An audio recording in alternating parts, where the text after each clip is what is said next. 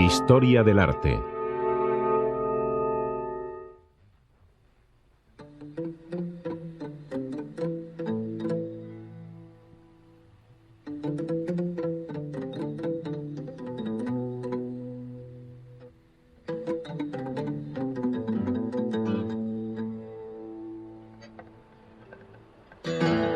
Arte griego.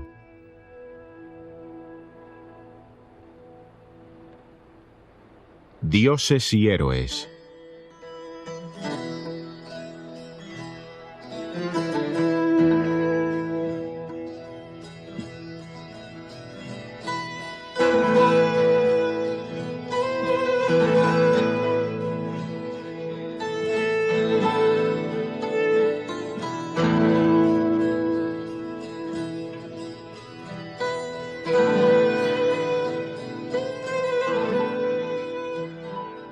Arte griego.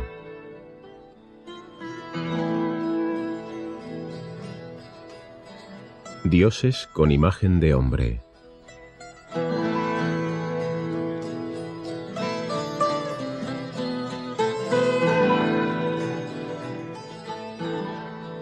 Templos y santuarios.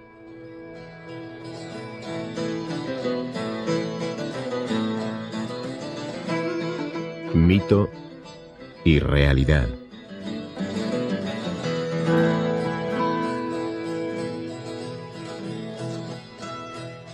Grecia, lugar de nacimiento de la democracia y del pensamiento occidental.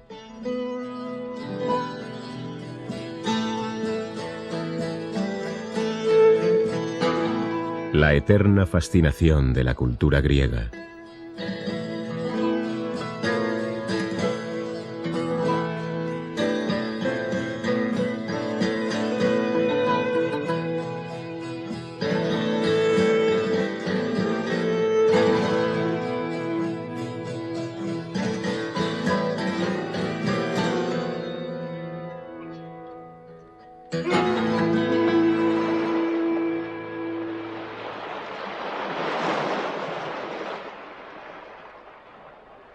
Los restos de la cultura griega no se encuentran solo en el territorio de la Grecia moderna. Se hallan diseminados en todas las regiones del Mediterráneo oriental, en Asia Menor, en el norte de África, en Sicilia y en el sur de Italia. Los griegos comenzaron a asentarse y a fundar ciudades fuera de su país a comienzos del siglo VII a.C. Trasplantaron su cultura a esos lugares y levantaron templos a sus dioses. Muchos de esos edificios fueron destruidos en épocas posteriores y sus restos sirvieron de materiales extraordinarios para edificaciones de piedra. En Paestum, al sur de Italia, las ruinas de 3 grandes templos son testimonio de la gloria de la arquitectura griega.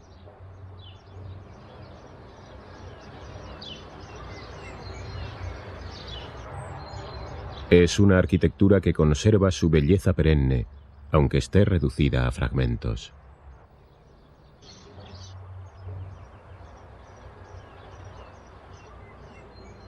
Cuando se descubrieron estos templos en el siglo XVIII, apenas se conocían los grandes lugares de la antigüedad. Delfos, Corinto, Olimpia, incluso Atenas era accesible solo a unos pocos aventureros intrépidos.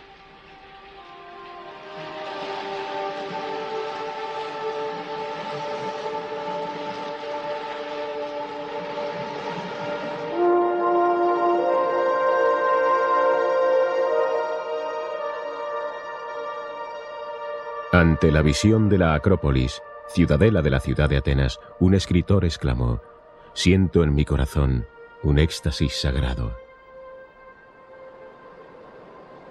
En esa época, Grecia permanecía bajo el dominio turco. La Acrópolis era una fortaleza de no fácil acceso. Los pocos que se aventuraban a ir a Grecia quedaban tan cautivados por los restos del arte griego que sus dibujos, pinturas y descripciones provocaron una auténtica pasión por Grecia en todos los que lo veían o leían. Esta euforia y pasión influyó en el poder político que dominaba la región. Los griegos se rebelaron contra sus opresores en 1821. Grecia fue liberada. La magia del arte griego, aún viva tras 2500 años, había obrado el prodigio político de la liberación. Hoy la Acrópolis es la meca de todos los visitantes de Grecia. Ante la afluencia masiva de turistas, la magia se marchita, y es poco probable que alguien sienta algún éxtasis sagrado entre el cemento y el ruido de la Atenas moderna.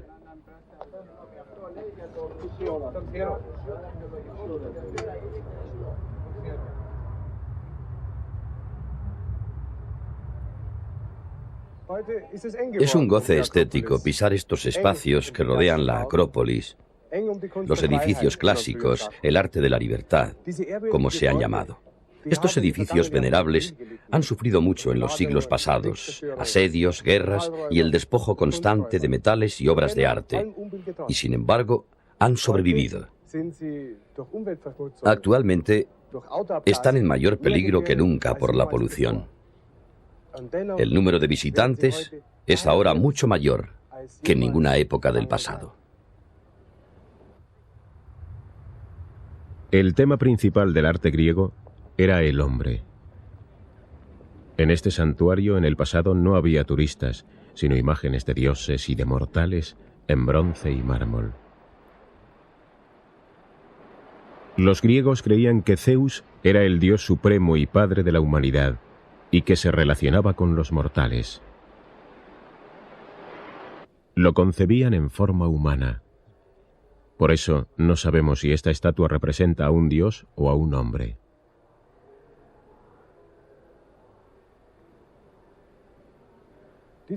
Esta estatua de un joven fue encontrada cerca del templo de Poseidón en Sonion. Tiene una altura de más de 3 metros y es una de las muchas esculturas colosales de ese lugar. La postura de esta figura es llamativa. Su pierna izquierda adelantada, los brazos a los lados del cuerpo, las manos apretadas. Toda la figura, la cabeza, el cuerpo, la cara, está de frente. Este estilo lo copiaron los griegos de los egipcios. Los faraones fueron representados así durante miles de años. Pero hay una diferencia con las figuras egipcias. Este joven está desnudo y sus piernas están libres y sueltas, sin el soporte que usaban los escultores egipcios. El cuerpo se sostiene en unos muslos musculosos y fuertes. Los músculos del estómago y la caja torácica están insinuados por hendiduras y líneas. Está ausente toda plasticidad. Los ojos son desmesurados y sobresalen ligeramente. Su pelo parece una peluca y tiene un ornamento complicado sobre la frente. Las orejas son muy estilizadas. Esta figura fue esculpida hacia el año 600 a.C.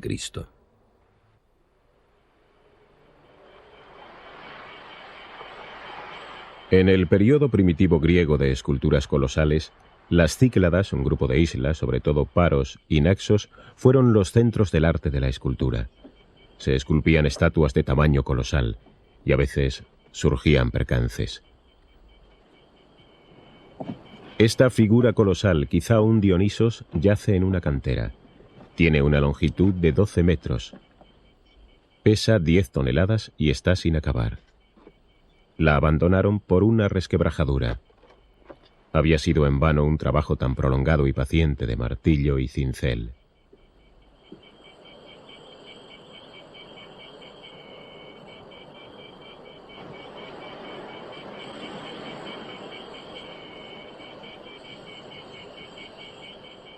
Es difícil imaginarse cómo transportarían unas estatuas tan pesadas por un terreno tan accidentado y con los medios de transporte de aquella época.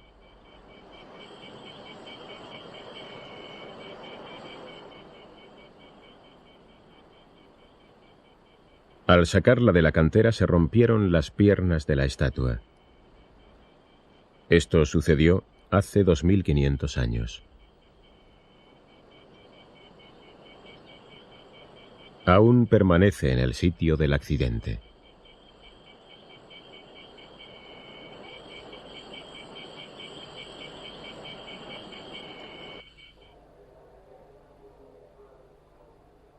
Retrato de un griego del 530 a.C. aproximadamente. Está sonriendo con la sonrisa típica de todas las caras de aquella época, lo mismo en representaciones de hombres que de dioses o de seres fabulosos. No sabemos la significación de esta sonrisa arcaica.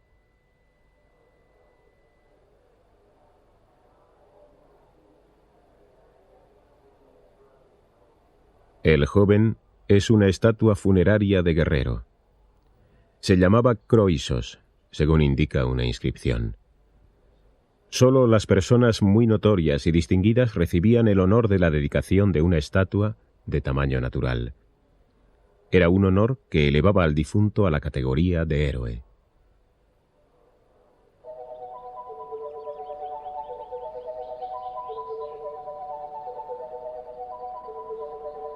Delfos, situado en un paisaje de belleza extraordinaria.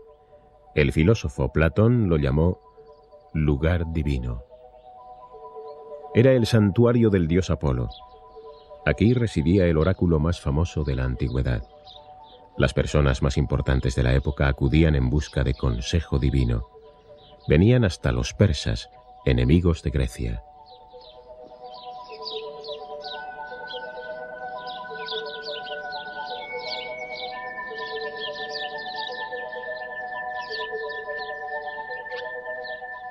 Para obtener el favor de Apolo donaban ofrendas votivas magníficas, a veces de oro y de marfil. En muchas poblaciones se construían incluso edificios especiales para albergar los regalos preciosos.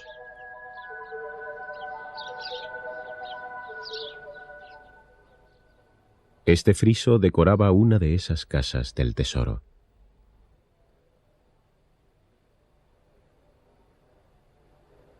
El tema es la saga de la batalla entre los dioses y los gigantes.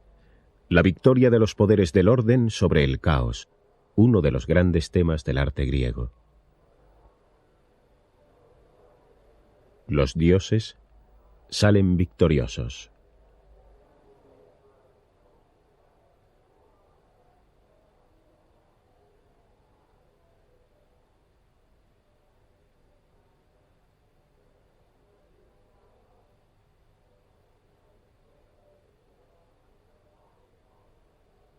Hasta los leones luchan a su lado. Se ve a uno mordiendo a un gigante.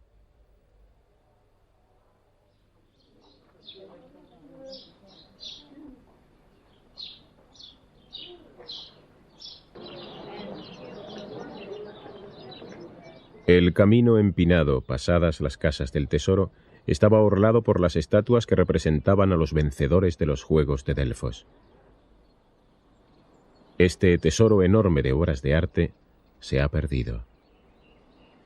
Lo único que se conserva del templo de Apolo, residencia del famoso oráculo, son unos pocos pilares.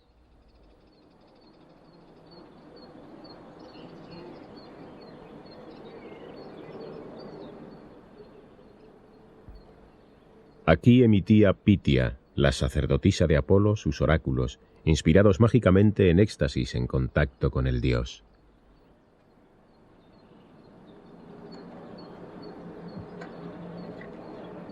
También se celebraban en el santuario competiciones artísticas. A los griegos les gustaba competir entre sí en todas las actividades. En la interpretación, en el canto, en tocar la lira y la flauta, hasta en la pintura. Estas competiciones se celebraban cada 4 años. Los premios no consistían en valores materiales. Al vencedor lo ceñían con una corona de laurel y le daban unas pocas manzanas. El premio importante era la fama.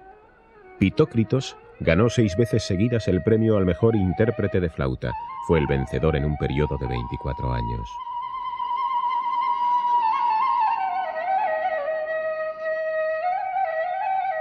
Este auriga ganó la carrera de carros.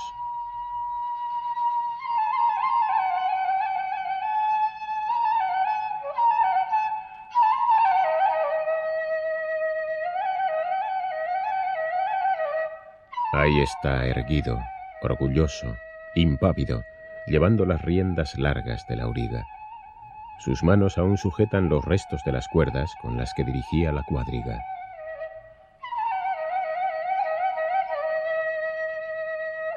Es la única estatua de vencedor que se conserva. Quedó enterrada en una avalancha en tiempos remotos y milagrosamente salió a la superficie a principios de nuestro siglo.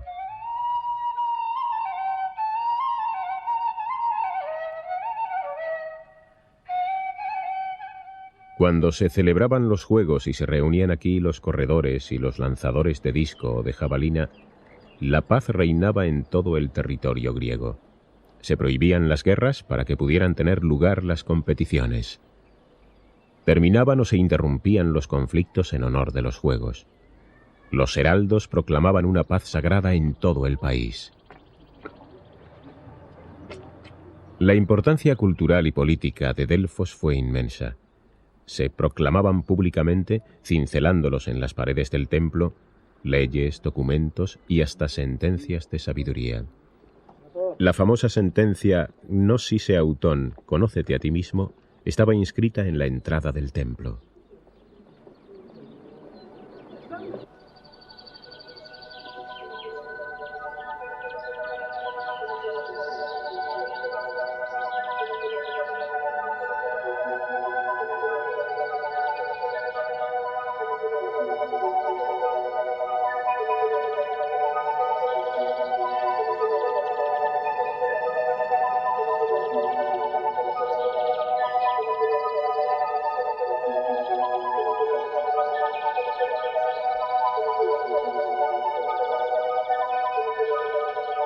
Se han perdido muchos objetos. Una sola cosa permanece: la belleza cautivadora del paisaje de Delfos.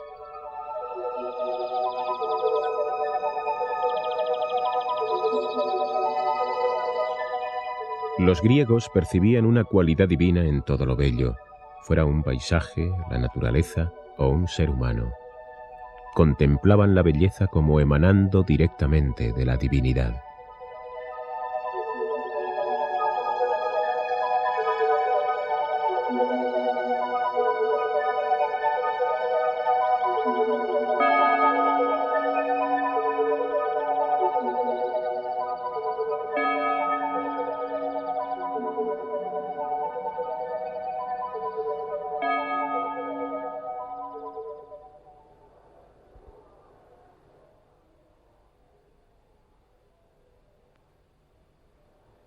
Homero, el poeta nacional griego, describía a estos dos guerreros como semejantes a los dioses. Son Aquiles y Áyax, los héroes de la Ilíada, el poema épico de la guerra de Troya. Están sentados, vestidos con su armadura, jugando a los dados. Las figuras están dibujadas primorosamente al estilo de la época, a finales del siglo VI a.C.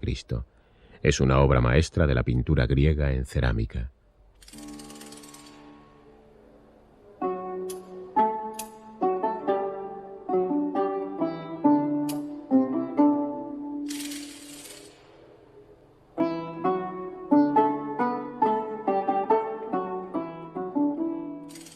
Áyax ha sacado un 2, Aquiles ha sacado un 4 y gana.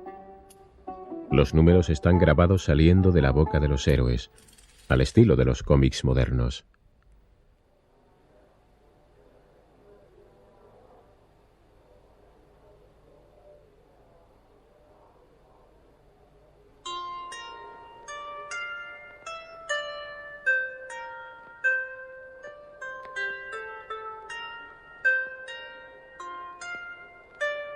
Se han conservado muchísimas ánforas griegas.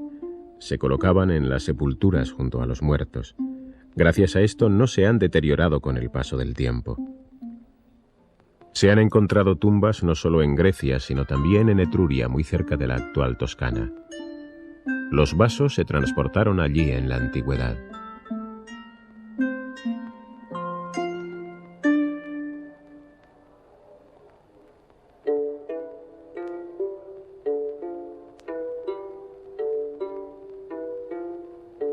Las escenas pintadas en los vasos se refieren a situaciones de la vida ordinaria y a las sagas. Son una especie de libro en dibujos de toda la mitología griega.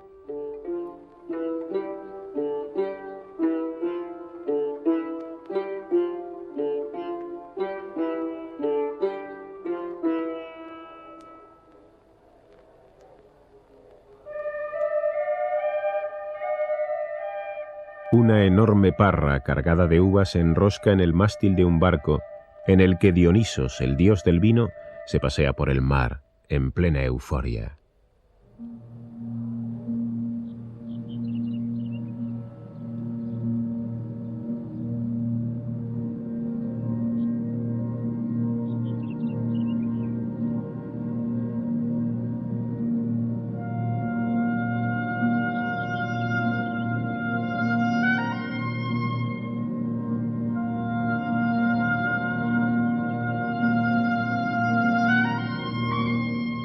El año 480 a.C. fue un año catastrófico para Grecia. Los persas conquistaron Atenas y destruyeron la ciudad y la fortaleza. Las imágenes derrumbadas por los soldados quedaron sepultadas bajo los cascotes de las ruinas de los templos. Allí permanecieron hasta que fueron recuperadas por los arqueólogos 2500 años después.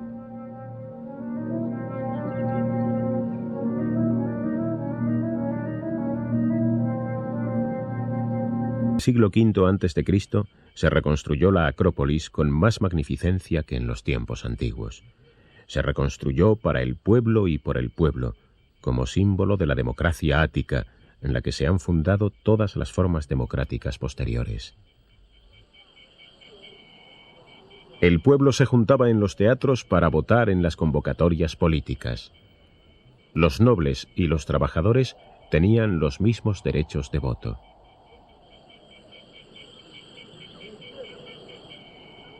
En este teatro situado a un lado de la Acrópolis se celebraban todos los años los festivales en honor de Dionisos, el dios del vino. La celebración duraba varios días. Sentados en estas gradas oían los griegos las estrofas de sus grandes poetas, Esquilo, Sófocles, Eurípides, que hablaban de responsabilidad, de culpa, de la gran tragedia humana, y proclamaron una imagen nueva del hombre, la imagen clásica, un nuevo estilo que los escultores llevaron a sus estatuas. El joven, probablemente el gran héroe griego Aquiles, llevaba originariamente una espada apoyada sobre su hombro izquierdo. Para observar la gran novedad, el aspecto revolucionario de esta estatua, hay que recordar que solo 2 generaciones antes, todas las estatuas de jóvenes desnudos tenían la misma colocación. La pierna izquierda adelantada, los brazos a los lados del cuerpo, rígidos, sin vida. Sin embargo, este Aquiles se coloca con todo el peso sobre la pierna derecha. La pierna izquierda está relajada, hacia atrás, y este movimiento recorre todo el cuerpo. Es una distribución del peso que se nota en los músculos y que atraviesa todo el cuerpo. Esta figura es una realización perfecta del ideal clásico. La esculpió Polícleto, uno de los escultores más famosos del siglo V a.C.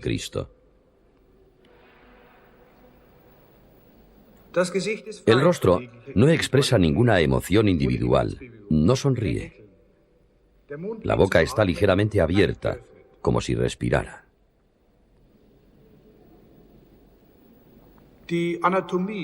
Los escultores de la antigüedad estaban familiarizados con la anatomía humana, pero no se contentaban con la pura imitación.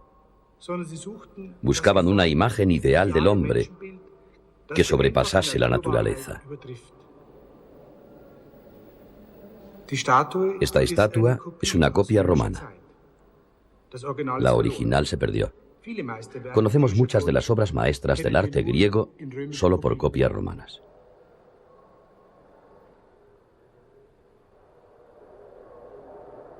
El arte clásico de la segunda mitad del siglo V a.C. no expresaba rasgos individuales.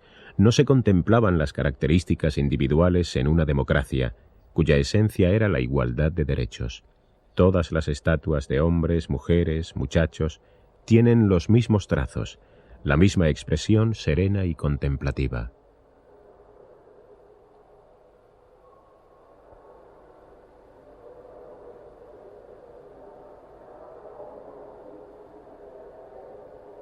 Afrodita, la diosa del amor, sale del baño. Una obra de Praxíteles, un escultor de finales del clasicismo. La estatua es una de las más de 100 copias hechas en tiempos de los romanos.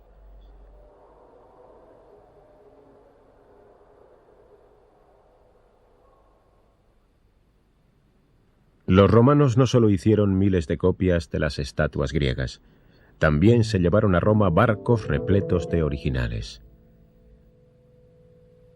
Zeus lanzando el rayo.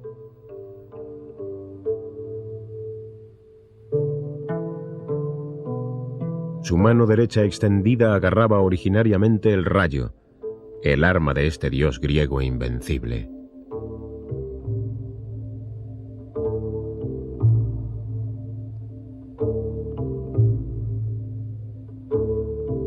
Esta estatua preciosa se perdió cuando naufragó el barco que la transportaba hace 2000 años. Se recuperó casualmente cuando se enredó en las mallas de unos pescadores griegos, hace unas pocas décadas.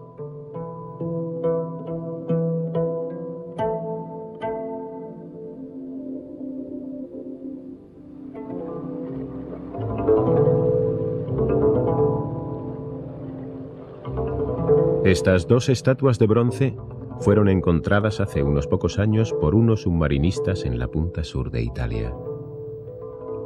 Son unos guerreros con barba, maravillosamente conservados. Solo se han perdido sus armas, el escudo, la lanza y la espada.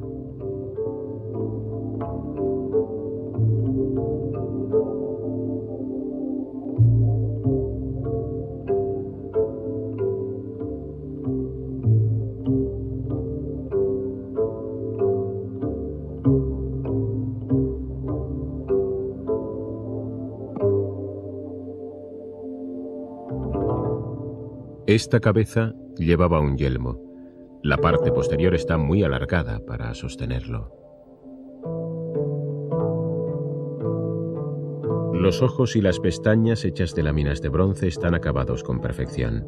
El blanco es marfil, el iris, como se ve por los fragmentos, era de pasta de cristal, las pupilas de ámbar.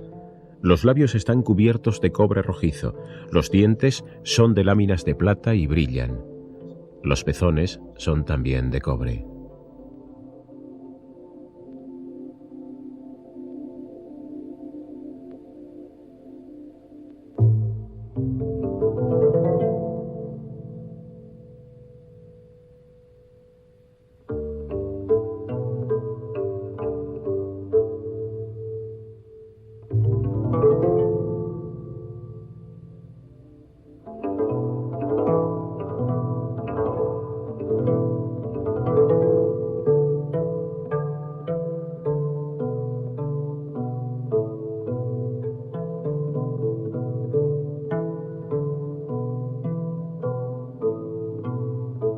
¿A qué héroes míticos representan estos guerreros? No lo sabemos, ni tampoco sabemos dónde estaban erigidas estas estatuas antes de que se las llevaran los romanos y naufragaran en el trayecto. Tampoco sabemos quién las esculpió. Algunos arqueólogos sostienen que son obra de Fidias, el escultor más famoso del siglo V.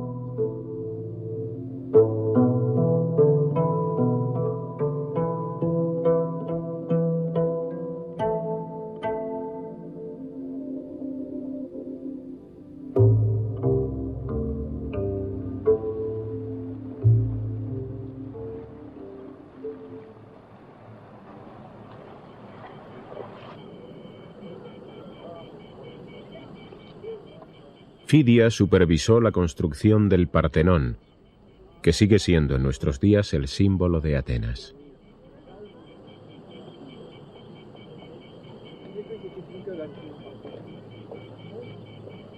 Es una obra de nobles proporciones, de armonía perfecta, incluso en ruinas.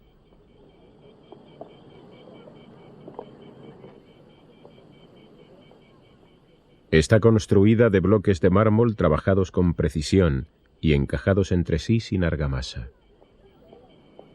Actualmente es difícil imaginarse las estatuas espléndidas y coloristas que lo ornamentaban.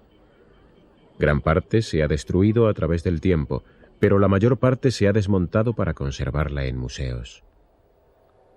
Los corceles del dios Sol resoplan, anuncian la mañana en la que, en presencia de todos los dioses, tuvo lugar el prodigio del nacimiento de Atenea. Nos dice la leyenda que Atenea brotó armada de la cabeza de Zeus. Fidias esculpió este acontecimiento en 3 dimensiones, en unas esculturas sobre el aguilón oriental del Partenón. Antonio Canova, un escultor italiano, dijo cuando vio estas estatuas: «Todas las demás estatuas son de piedra, estas son de carne y hueso».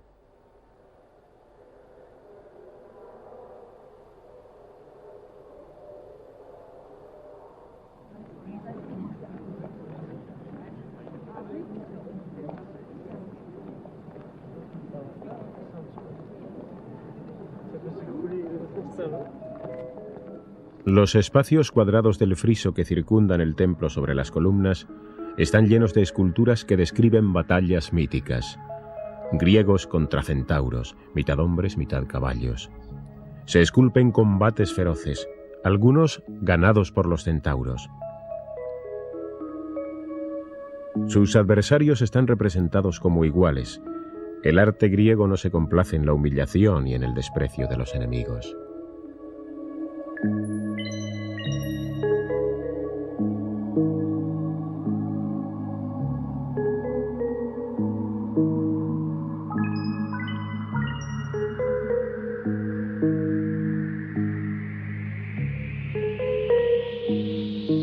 El relieve escultórico más famoso del arte griego es el gran friso del Partenón. Primitivamente no era fácil verlo porque circundaba la parte interior del templo. Tiene 160 metros de longitud y 1 metro de altura. Está esculpido en mármol. Representa la procesión ceremonial de los atenienses en honor de la diosa patrona de la ciudad, la Virgen Atenea.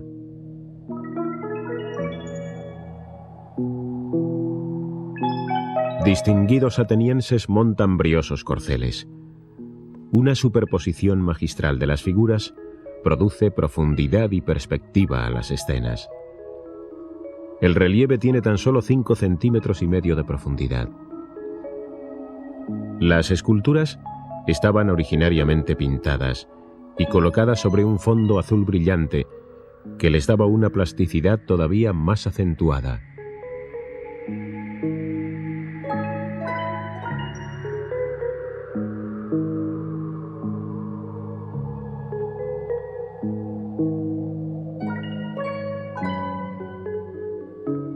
Los bueyes atados con cuerdas son arrastrados al sacrificio.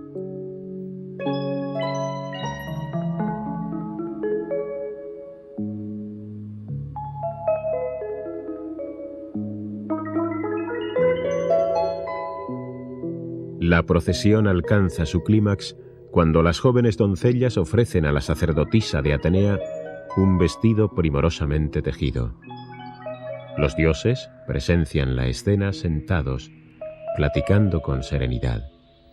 Qué cercanos están los dioses de los hombres en esta escena. Un escritor clásico escribió 5 siglos después: «Estas obras tienen un toque de juventud eterna, no les afecta el tiempo, parece que reverdece en ellas un espíritu inmortal, un alma que no puede envejecer». Estas palabras siguen siendo verdaderas actualmente. No se usaba el interior del templo como lugar de reunión de los creyentes, como ocurre en nuestras iglesias. El templo era un lugar de residencia de la divinidad, albergaba la imagen sagrada, la representación física de la deidad. Se ha perdido la estatua original de culto de la Virgen Atenea, en la que Fidias trabajó más de 9 años. Pero esta estatuilla del tiempo de los romanos nos da una idea de lo que debía de ser el aspecto de la figura colosal.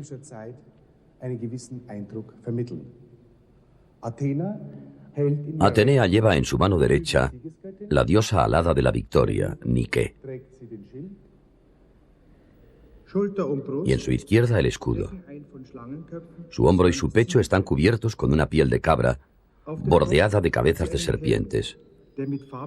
Lleva puesto un yelmo ricamente ornamentado con seres fabulosos. Atenea es la diosa de la sabiduría y de las batallas. En su pecho contemplamos la cabeza terrorífica de la gorgona Medusa. Esta estatuilla de mármol no transmite la profunda impresión de la estatua colosal original, que tenía una altura de más de 12 metros y estaba hecha de oro y marfil. No era naturalmente toda ella de oro macizo.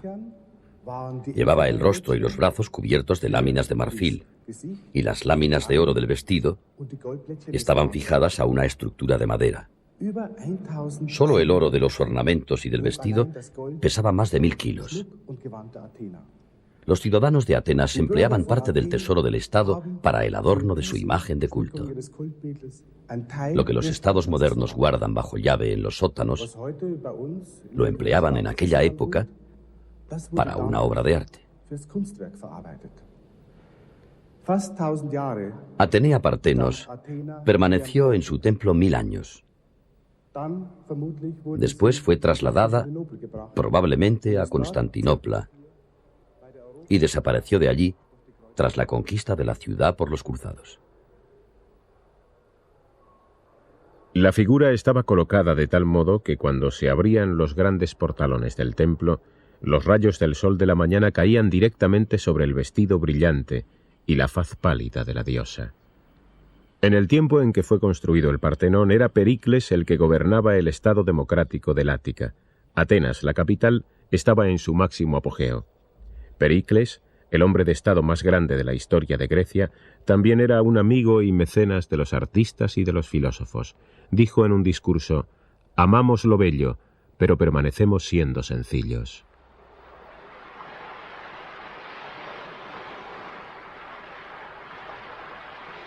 Cien años después, el general supremo de Grecia, Alejandro Magno, conquistó el mundo conocido.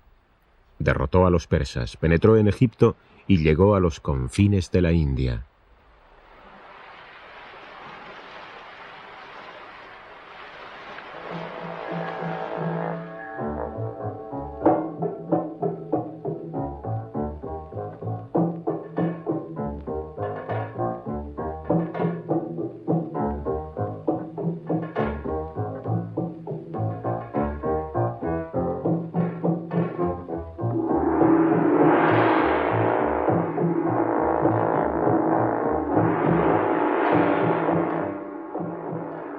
Alejandro, rey de los macedonios. Sus ojos están clavados sobre su enemigo, el rey persa. El persa es presa del terror y huye.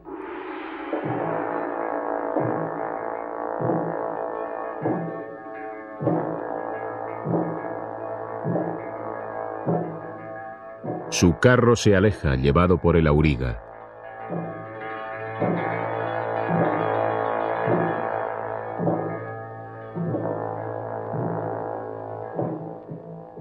Los guerreros persas huyen en tropel, aterrorizados. Los corceles relinchan y se encabritan, atropellándolo todo en su desbandada.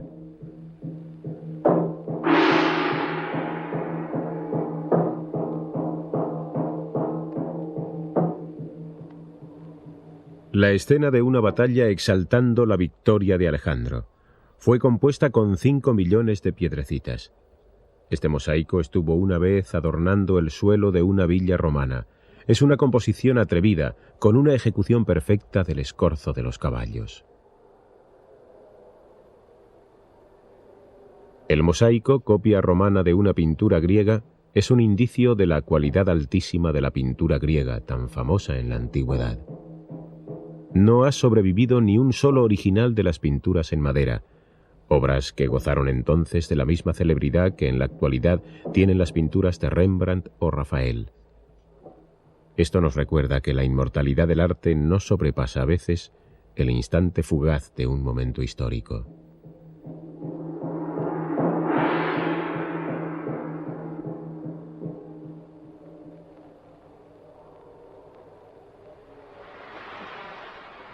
Con la muerte de Alejandro en el 323 a.C., Se abre una etapa nueva en la historia de Grecia, el helenismo. El arte griego se extendió a los países circundantes y penetró en Asia y África. Pero los sucesores de Alejandro se enfrentaron entre sí y el imperio se dividió. Por entonces ya estaba en declive la democracia ateniense y ocupaban el poder los reyes macedonios entregados al lujo y al acaparamiento de riquezas. Este tesoro inapreciable fue hallado en las tumbas de los príncipes macedonios.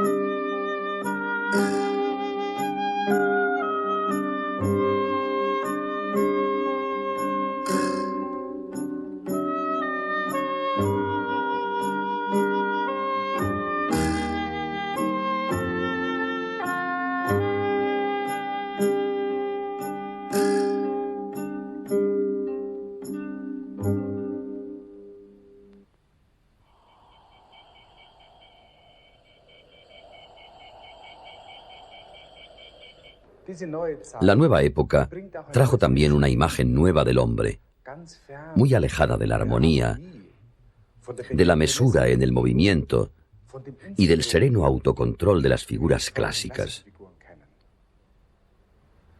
Esta figura avanza hacia adelante, llena de movimiento.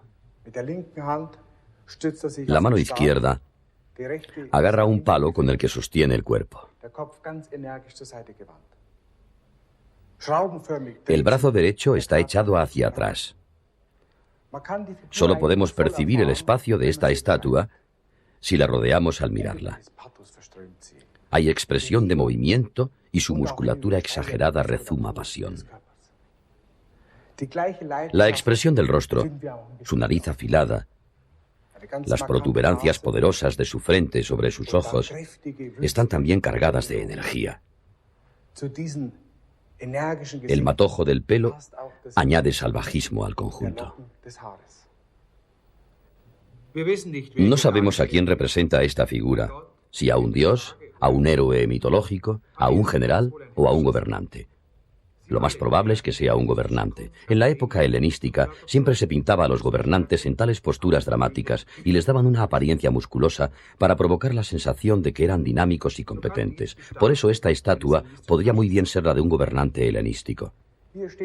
Aquí tenemos ante nuestros ojos a un gobernante absoluto, un hombre de acción que sabe lo que quiere. Un gobernante helenístico que exigió y consiguió la deificación.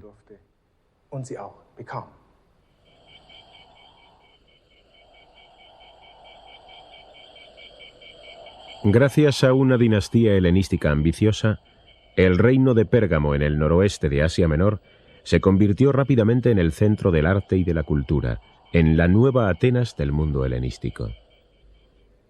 El nombre de Pérgamo está ahora asociado a un relieve de grandes proporciones, 120 metros de largo por 3 de alto, que antiguamente adornaba un altar.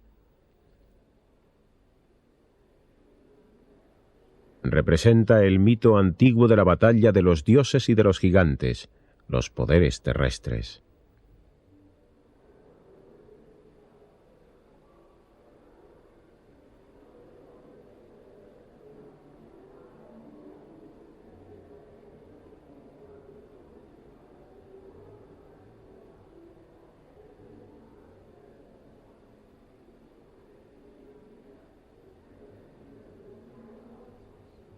Zeus.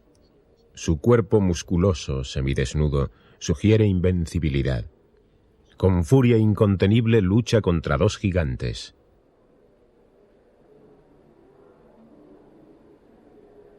También participa en el combate su hija Atenea. Coge a su adversario por los pelos y lo levanta en el aire. Este hecho, según el mito, significa la muerte de un gigante. La madre tierra sale de las profundidades lamentando la muerte de sus hijos.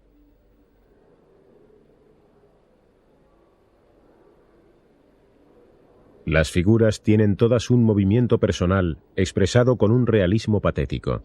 En el rostro del gigante atrapado por Atenea se percibe la rabia de la pelea, la agonía de la derrota. Nunca el arte griego había alcanzado este realismo tan gráfico.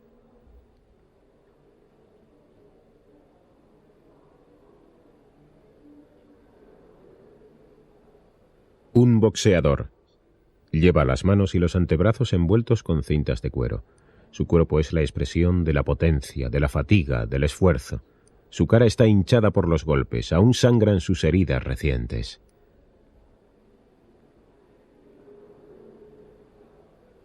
Qué lejos está de la sublimidad divina este cuerpo voluptuoso y sensual. Afrodita, diosa del amor.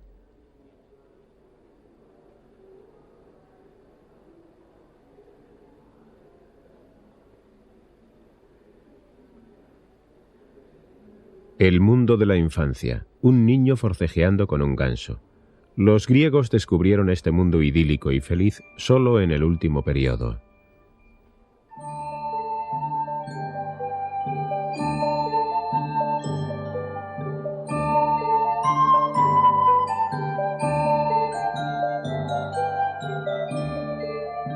Los rostros se esconden detrás de las máscaras. Es la escena de una comedia.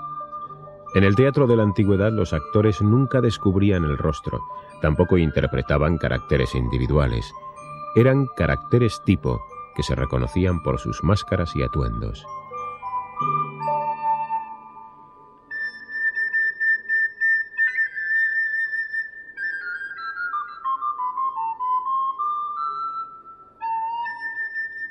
La actriz que toca la flauta es un hombre vestido de mujer. En aquella época no actuaban las mujeres. Al contemplar este busto hablamos de concentración, búsqueda y de otras varias emociones. Sin embargo, a pesar de su apariencia tan natural, no deberíamos contemplarla como si fuera la imagen de una persona concreta.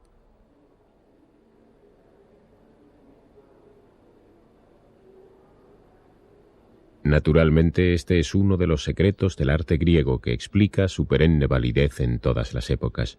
Nunca expresa lo meramente individual, sino que a través de la expresión tremendamente natural, siempre refleja el tipo. Esta es la imagen de un viejo, lleno de sabiduría.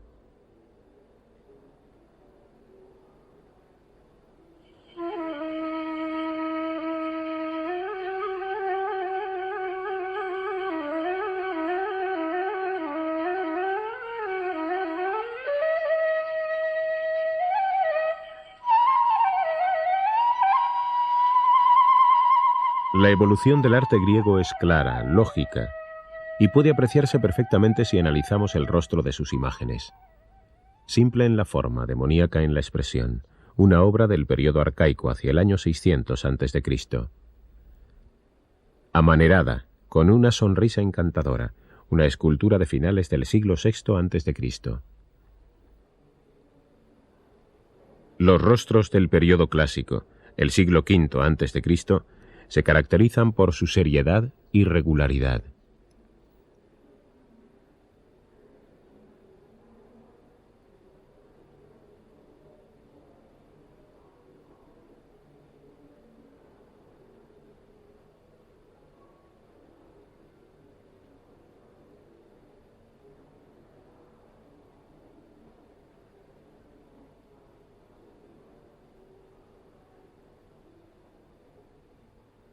Las imágenes del periodo helenístico, los 3 últimos siglos antes de Cristo, expresan pasión, esfuerzo y la edad de la persona representada.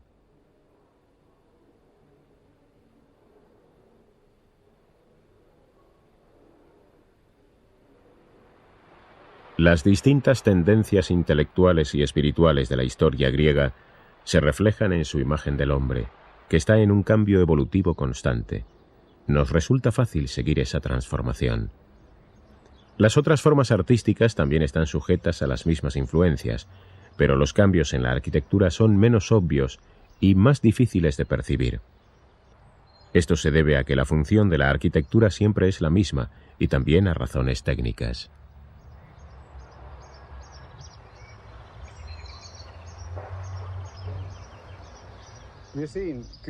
El arte griego que vemos está fundamentalmente en los museos. Lo contemplamos desde un punto de vista estético y artístico. Esto es precisamente lo que nunca hacían los griegos antiguos. Para ellos toda obra de arte tenía un propósito, una función.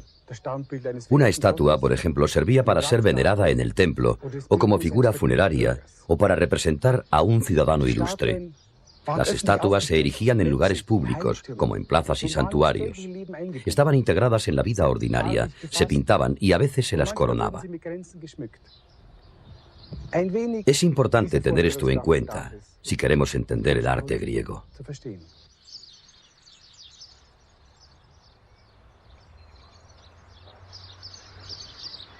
En todas las épocas, la cultura griega ha sido un estímulo para el pensamiento occidental y un modelo para imitar.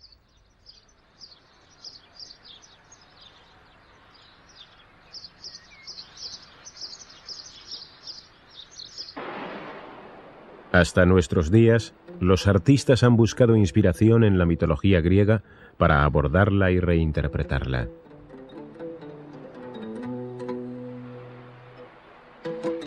El pensamiento occidental se basa en la filosofía griega.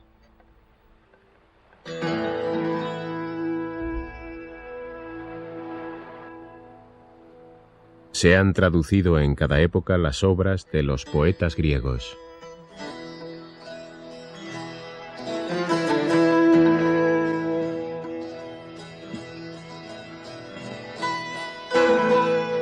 Las tragedias griegas siguen en nuestros escenarios, 2500 años después de ser escritas. Su tema central, el destino del hombre, es eterno, como los dioses y las imágenes del arte griego.